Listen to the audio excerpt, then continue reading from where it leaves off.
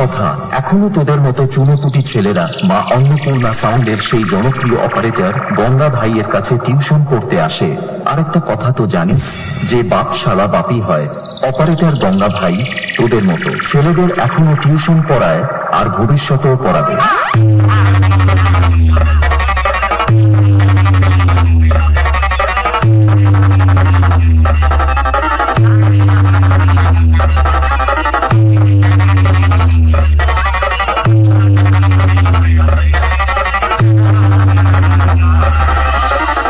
মা Annapurna sound present